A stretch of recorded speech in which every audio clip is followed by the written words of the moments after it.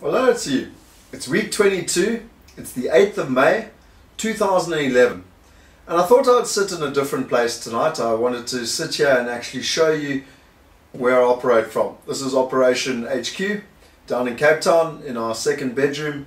And in that direction's Table Mountain, that direction is the sea and the beach.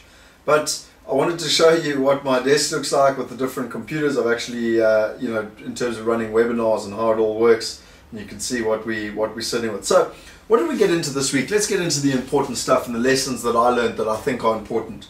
The very first one is social media. Now, social media is really taking off, and we all know that. I know that's a cliche. I was listening to Eben Pagan today, and Eben Pagan basically said, listen, you can either get on the trend, or 5 to 10 years from now, you'll be destitute and literally you won't work out. You won't be able to work out why you're making no money, why you can't get a job, blah, blah, blah, blah, blah. You either need to understand it and get on it and not only survive but thrive, or you literally will die financially. It's that simple. And you can beat around the bush, you can say South Africa's behind the times. If you don't get on board, you're going to miss the train and you're going to get left behind. That's the bottom line. So let's look at just an example of that. Now, with regards to Facebook, I got an email last week from one of the guys, Tom Antion, in America. He's a massive guy in America, and he sent out an email last week saying if I liked his Facebook page, he'd give me a whole lot of different things for free. It was the first time that he's got onto Facebook, and it just shows me that people are waking up and how important this Facebook is. But let's look at an example that's even better than that. Well, I woke up on Monday morning last week. The very first thing I did was look at my phone. I know, a little bit sad, but it's true.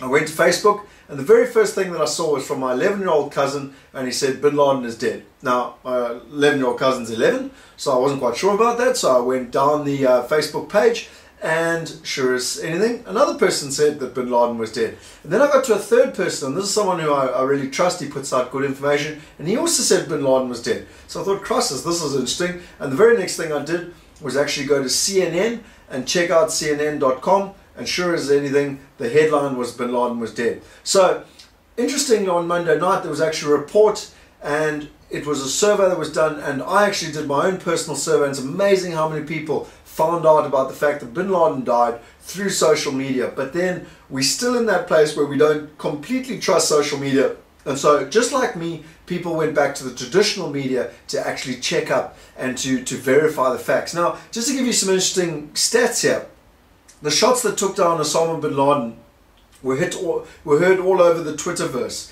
A mind-boggling 12.4 million tweets were sent per hour. That's 5,106 tweets per second around the time that President Obama was actually talking about this news story. And that's also, I don't know if you've read all the reports, but when the American chopper actually crashed while they were shooting Obama, while they were doing the attack in Pakistan, there was actually a guy tweeting from the suburbs saying it's very unusual, there's lots of gunfire and a helicopter overhead. So it's just incredible what is actually happening in the power of social media. And my question to you is, how are you enhancing it? You know, this doesn't take a lot of technology. You've got my camera there, you can see I've got a perfectly normal laptop just like everyone else, but this is how I'm using it to be able to communicate with the world. What are you doing? The next thing, emails. I honestly believe, mark my words, I don't know if it's going to be 2 years, 5 years or 10 years, but in 10 years from now, I pretty much guarantee you that emails in their current form will not exist. I'll tell you why, because emails have become the bane of our lives.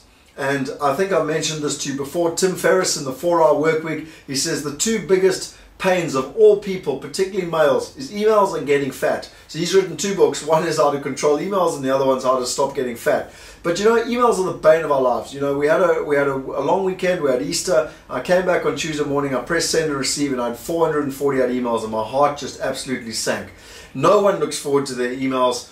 And when you've got that type of situation, someone's going to come up with a better technology, something that's going to work. And these guys that are wanting to build big, large databases with emails and everything, it's not working anymore. People are not interested. If I see a title that comes in a newsletter, gets deleted straight away. The way that I do my emails is I sort them by name, A to Z, so that I can see watch the important ones quickly, and I can just bulk delete multiple. So if it's got newsletters and stuff, it's gone. Now, I know that I think that my emails are great, but the bottom line is I know that my customers and my clients are doing exactly the same thing to me. So how is this important to you? How are you going to adapt? And I tell you, there's only one way. It's social media. You need to get on board with Twitter, Facebook, LinkedIn, YouTube. Those are the 4 basic minimums, because email is going to die. I don't know exactly how it's going to die, but I know it's going to die. The next thing is, I used a survey last week. I wrote that report, the Australian market report. It cost me over 50,000 Rand to put together. We're selling it on our website for 195 Rand, but I wanted to get information from our clients. We've got just over 2,000 clients that have come to us, listened to talks or investigated or asked for information on Australian property. So I decided to do a win-win situation. I would send them an email. If they fill in a survey, a detailed survey, I would then give them my report for free, and at least they value it, they understand the value of that report, but I also get very valuable information. To date, I've had 187 people. The deadline is tomorrow at 5 p.m.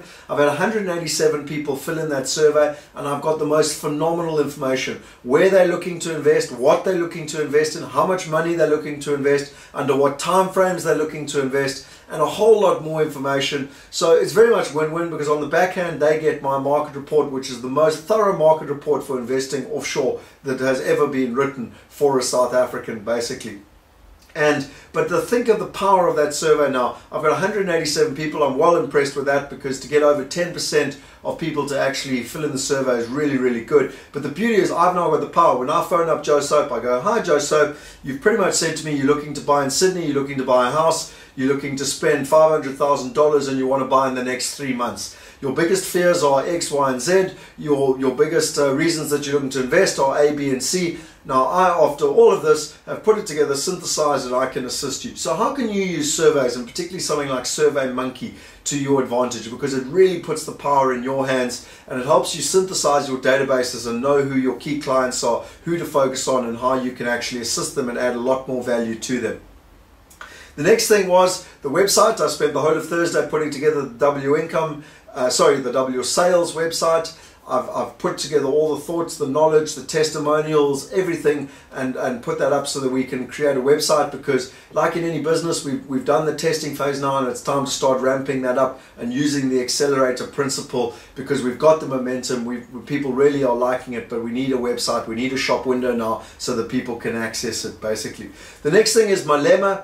I think it worries me. I heard news reports last Thursday where Malema said 2 things. He said that the state should take all the land, expropriate all the land from South Africans, and that there should be no payment for that land, because they basically want to right the wrongs of the past. I'm not a scaremonger. I'm completely passionate about South Africa. I absolutely love living here, but I'm also not naive. I don't have all my eggs in this basket. And for that reason, when someone like that is saying those type of things, the biggest lesson I learned from the global financial crisis is, where there's smoke, there's fire. So, it's just something that I believe it's very important to have a plan B.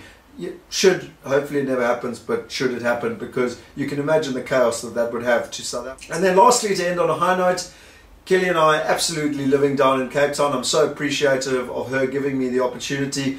I'm so lucky and blessed to have been able to design a business that allows me to do it. And this weekend, her and I took a drive up to Riebeek Kasteel, which is in the Ceres Mountains. Absolutely spectacular. There was an olive festival, and it really was so beautiful. And from there, we drove across to Fontaine, which is a seaside resort, and we had lunch there. I mean, what a way to drive around the Cape, a most magnificent day.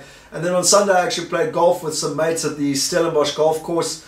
The mountains were magnificent. The wind was a bit of a challenge. But what a phenomenal place. And I went on Sunday, we actually went down to a kite surfing shop, and after having lunch with all our friends, I booked in and signed up for a kite surfing lesson for Saturday. So, really Kelly and I walk our dog every day on the beach, our 2 little dogs actually, every day on the beach. We're getting into the Cape Town winter, but we're still having phenomenal days, and it's just such a privilege to be able to live in this environment. And hopefully I'm showing you what is possible. I'm hopefully guiding you and giving you a little bit of inspiration of what you can do and where you can live, because I sit here in my t-shirt and my shorts, I sit with my computers, I communicate with the world, and this is the way the business is going. And what could you do? What life could you design for yourself? Because I really am living a dream, and I want to thank my wife for allowing me to have that opportunity, and hopefully it's an inspiration to you. So that's all from this week. Don't forget, social media is where it's all at. You've got to learn. And on that note, I look forward to seeing you next week. So, from my little man cave, aka my head office, or my house on the beach, I want to bid you farewell. Thank you.